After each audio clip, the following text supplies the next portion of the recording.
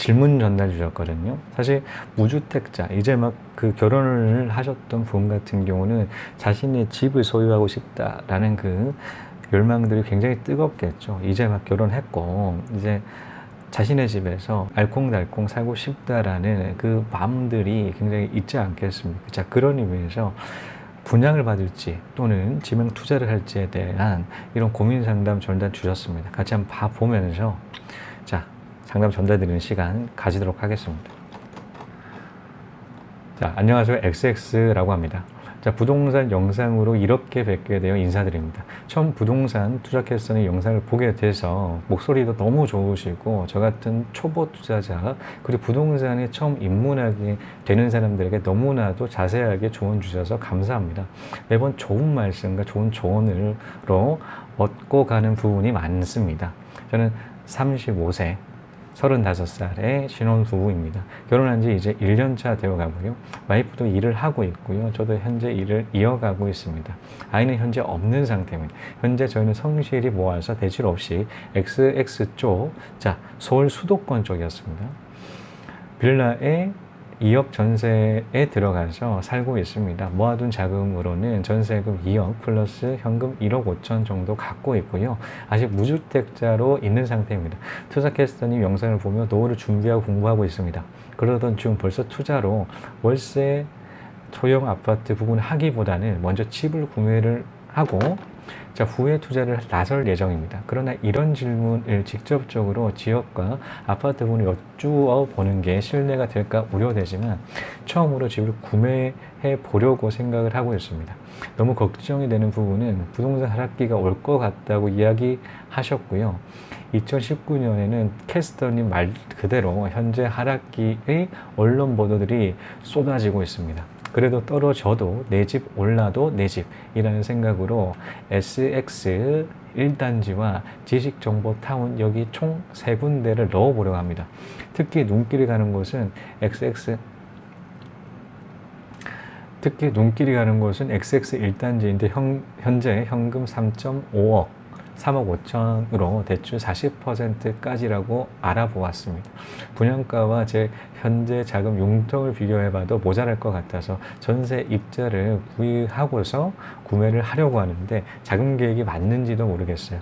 계약금, 중도금, 잔금 이런 부분들도 아직 한 번도 해보지 못한 초보라서 넣어도 되는지 걱정이 되는 부분이 있고요. 점수는 당연히 모자르지만 현재 당해 지역은 원래 XX 살고 있어서 가능합니다. 후에 전세를 주어도 가격 하락이 예상된다면 지금 융통 부분이 가능할까라는 걱정도 있고요. 분양가 대비 지금 XX 집값도 영향이 있어서 조금씩 내려가는 부분들도 있었어요. 지금 분양을 노려보는 게 맞는 건지 아니면 지방 투자로 눈을 돌려 현재 가지고 있는 금액을 투자해 보는 게 맞는 건지 궁금합니다. 자금 융통이 분양 넣어보고 후에 입주까지 1년에 1억씩 저축을 하고 있고 저축 금액은 와이프도 저도 일을 하고 있어서 가능할 것 같습니다. 분양 vs 혹은 금액으로 투자 어떤 게 맞는지 궁금합니다. 투자캐스터님이라면 어떻게 생각하시는지요? 고견을 여쭙고 싶습니다. 그리고 분양을 받더라도 이 금액으로 가능한 건지도 궁금합니다. 너무 초보자라 질문도 길게 늘어지고 정말 너무 기본적인 것을 질문하는 것인지 죄송스럽습니다. 처음으로 내 집 마련을 꿈꾸고 있는 청년이라 걱정이 앞서 질문을 드려봅니다. 항상 잘 보고 있습니다. 앞으로도 건강 잘 챙기시고요. 감기 조심하세요. 혹시나 주재원으로 계신다고 하셔서 비행해서 뵐 수 있고 인사드릴 수 있는 날이 오면 좋겠습니다. 더욱더 잘 모시도록 하겠습니다. 감사합니다. 라는 말씀 전해 주셨습니다. 든든하네요. 안 그래도 지금 타고 다니는 항공사가 이항공사거든요. 자, 그러다 보니 어떻게 보면 만날 수도 있겠다는 생각이 듭니다.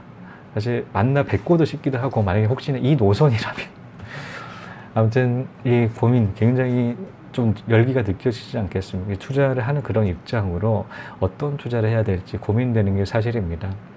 내 집 마련이 우선이라고는 아는데 이 집값이 이 수도권이라 보니까 좀 내려가고 있고 라는 그런 부분들을 말씀해 주셨고 그러다 보니 더더욱더 사지는 못한다라는 그 부분 때문에 고민 상담 주셨습니다. 자, 고민 상담 바로 전달 드리도록 하겠습니다.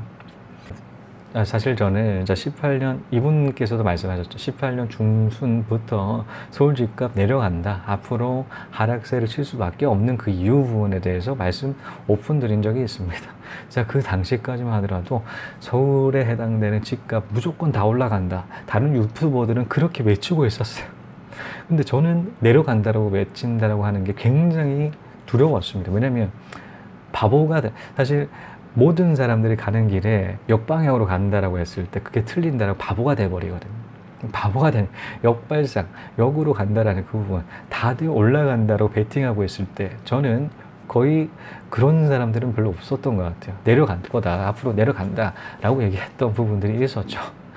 자, 그런 강의들을 했었는데 실제로도 지금 연일 서울 집값 하락을 예상을 하고 있습니다. 자, 부자들 10명 중에 8명 같은 경우는 올해 집값 하락한다라고 그렇게 예상을 한다는 뉴스를 본 적이 있고요.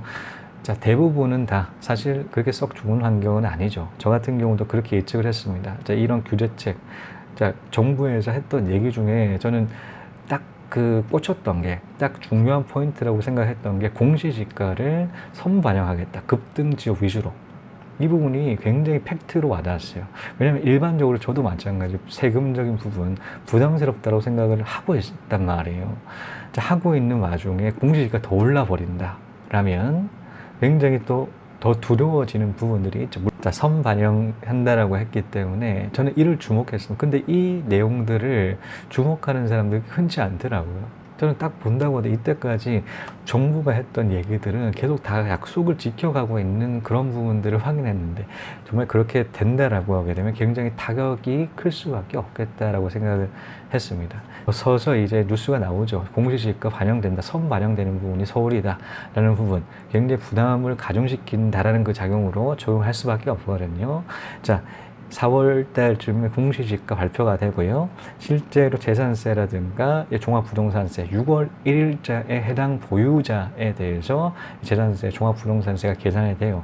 자, 4월 달에 발표되는 공시지가도 영향을 미칠 거고요. 6월 달, 자, 그리고 9월 달에 해당되는 종합부동산세를 내는 그 시기에 굉장히 큰 어려움들을 느끼실 겁니다.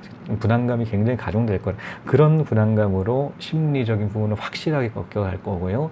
가격적인 부분은 하락세 예상할 수밖에 없습니다. 자, 이런 측면. 자, 우리 같은 경우 투자는 심리라고 말씀드렸습니다. 자, 올라가는 집값에 자신도 투자를 해서 이익을 보기 위해서 투자를 했던 그 세력들 같은 경우는 그런 투자를 하죠. 자신도 이익을 보고 싶다라는 그 부분에 있어서 손바뀜이 굉장히 많이 일어나요. 매매와 매도가 굉장히 잘 일어난다는, 그러니까 어느 정도 절충점이 있기 때문에 사고 파는 게 이루어지지 않겠습니까? 그런데 이 상승세는 서서히 꺾이기 시작하면서 뭐가 줄어드나요? 거래가 줄어듭니다. 이 정점, 턴어라운드, 상승했던 부분에서 거래가 폭발적으로 일어나고 턴어라운드 지점에서 거래가 거의 없어집니다.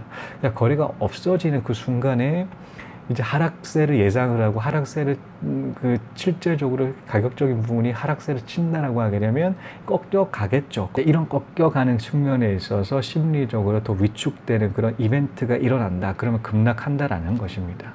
자, 거래가 있다가 폭발적으로 있다가 없는 그 순간에는 턴어라운드 된다라고 보시면 돼요. 자, 이처럼 지금 거의 거래가 없다라는 연일 방송, 뉴스에서도 이렇게 방송되고 있지 않겠습니까? 이 턴어라운드는 벌써 지났다. 이제는 뭐 빅뉴스, 우리가 이때까지 이벤트성으로 본다고 하더라도 서브프라임도 우리가 예측을 하지를 못했고, 이런 1년의 세계 금융위기 같은 경우, IT 버블, 전혀 예측하지 못하는 순간에 일어났어요. 자, 이런 심리가, 부동산 심리가 악화되었고 하락세를 예상을 하고 있는 이때에 그런 세계적인 위기라든가 그런 부분 발생을 한다라고 하게 되면 이 지지 세력 역시도 내려가고 있는 지지세 역시도 마찬가지 버티지 못할 거다. 저는 그런 의미에서 갈수록 이 장기적인 하락세를 예상한다라고 이렇게 말씀을 드릴 수가 있다는 것이죠. 자, 이렇게 투자 심리가 약화된 상태에서, 투자 심리가 하락을 예상을 하는 상태에서 분양을 한다고 하더라도 사람들 분양을 많이 받겠습니까? 서울 중심이 아니라고 하게 되면 이 해당되는 수도권 외적인 부분, 중심 외적인 부분에 있어서는 그 분양 완판이 안 될 가능성이 굉장히 큽니다. 미분양이 속출을 할 수가 있고, 미분양 속출을 한다면 할인 분양도 나온다라는 건데, 할인 분양임에도 불구하고 사람들은 그렇게 올라가는 지금 시그널이 아니기 때문에, 하락의 시그널이 더 많기 때문에 사지 않을 가능성들이 굉장히 크다라는 것이죠. 자, 이분 같은 경우는 수도권, 서울 같은 경우 중심가에 이런 분양을 받는 게 아니라 수도권 쪽, 외곽 쪽에 받으시려고 하시는 그 고민을 주셨다라는 부분이 있어요. 자, 그렇기 때문에 지금 이 외곽 쪽 같은 경우는 그렇게 썩 좋은 전망은 아니다 라고 말씀을 드리고 싶고요. 자, 해당되는 우리가 1년에 정권이 변해가면서 이 분양 열기가 꺾였을 때 미분양이 늘어난다는 사실들을 굉장히 많이 봐왔죠. IMF 때도 그랬었고요. 자, 노무현 정권이 지나고 서브프라임 터지고 난 다음에 이명박 정권부터 굉장히 미분양 많았어요. 자, 미분양은 뭐라고 말씀드렸나요? 미분양은 분양이 안 된 물량입니다. 건설사로 치면 채무에 해당됩니다. 진짜 채무로 잡혀요. 자, 재무제표에 채무로 잡힙니다. 자, 빚이 많다라는 거예요. 자, 빚이 많을수록 위험하죠. 도산의 위험이 있어요. 실제로 도산도 합니다. 근데 이 건설 쪽에 해당되는 그 인력, 근무하는 인력 같은 굉장히 많아요. 그 도산을 한다라는 그 부분으로 경제적으로 영향을 미칠 수가 있다라는 것이죠. 그런데 이 미분양 악성 채무로 인해서 이렇게 무너지게 놔두겠습니까? 그래도 경제를 살려가는 게 이제는 정부의 역할이지 않게 손 놓고 볼 수 없다라는 것이죠. 실업자가 늘어나고 경제적으로 악영향을 미치기 때문이죠. 그렇기 때문에 자, 김대중 정권도 그렇고, 자, 이명박 정권 그리고 박근혜 정권에서 연일 조특법을 발의를 했다고 했어요. 미분양을 해소하기 위해서. 자, 미분양 악성 채무에 해당한다라고 말씀드렸던 그 부담 덜어주기 위해서, 경제 살리기 위해서 조세특별법을 발의를 한다라는 것이죠. 조세특별법 말씀드렸지 않겠습니까? 양도세를 5년 가까이 이제 면제를 시켜준다라는 그 조건을 담은 그 조특법을 연일 발표를 했었어요. 자, 이명박도 그랬고, 자, 박근혜도 그랬었습니다. 이처럼 미분양 쏟아지는 그때, 저는 사실 수도권 외쪽이라고 하게 되면 이런 미분양이 쏟아지는 그때에 투자를 하는 것은 어떨까라는 생각이 들고요. 자, 그렇다면 앞으로 이 투자금은 굉장히 많으시죠? 자, 얼마가 됐었나요? 자, 전세금이 2억이었고 현금이 1억 5천원이었으며 1년 동안 1억을 종잣돈으로 마련할 수가 있다라고 말씀하셨습니다. 그러면 저는 저라면 어떤 투자를 하겠냐라고 물어보셨기 때문에 당연하게 월세 투자해야죠. 사실 지금 나이가 어리세요. 35살이라고 하게 되면 앞으로의 살 날, 앞으로의 근무하는 날 굉장히 깁니다. 자, 그 긴 것만큼 기초 작업 단단하게 해 나가셨으면 좋겠다라는 생각이 들어요.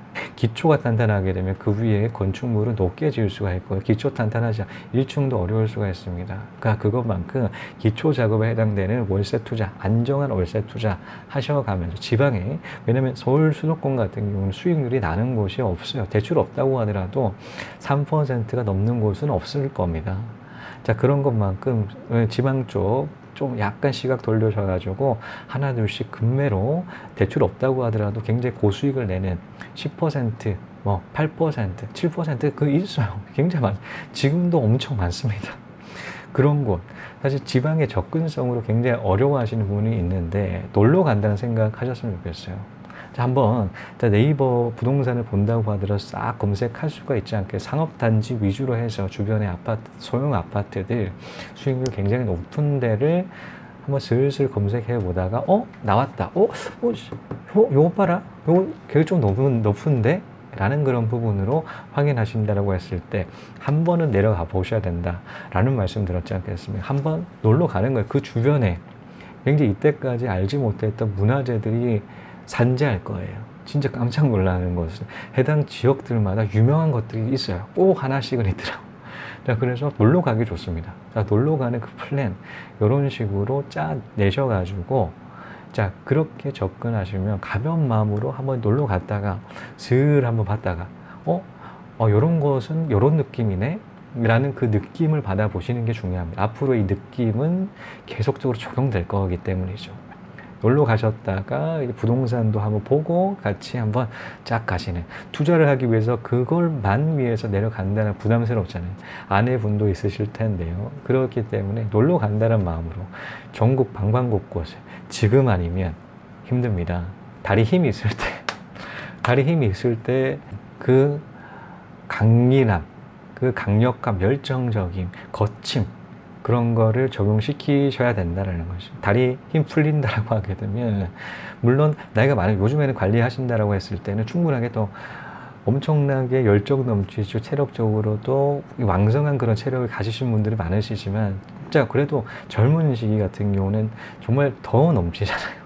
그 넘치는 그 부분 이렇게 적용시키셔가지고 하나둘씩 월세 투자해 나가신다면 어떤 장점들이 있냐.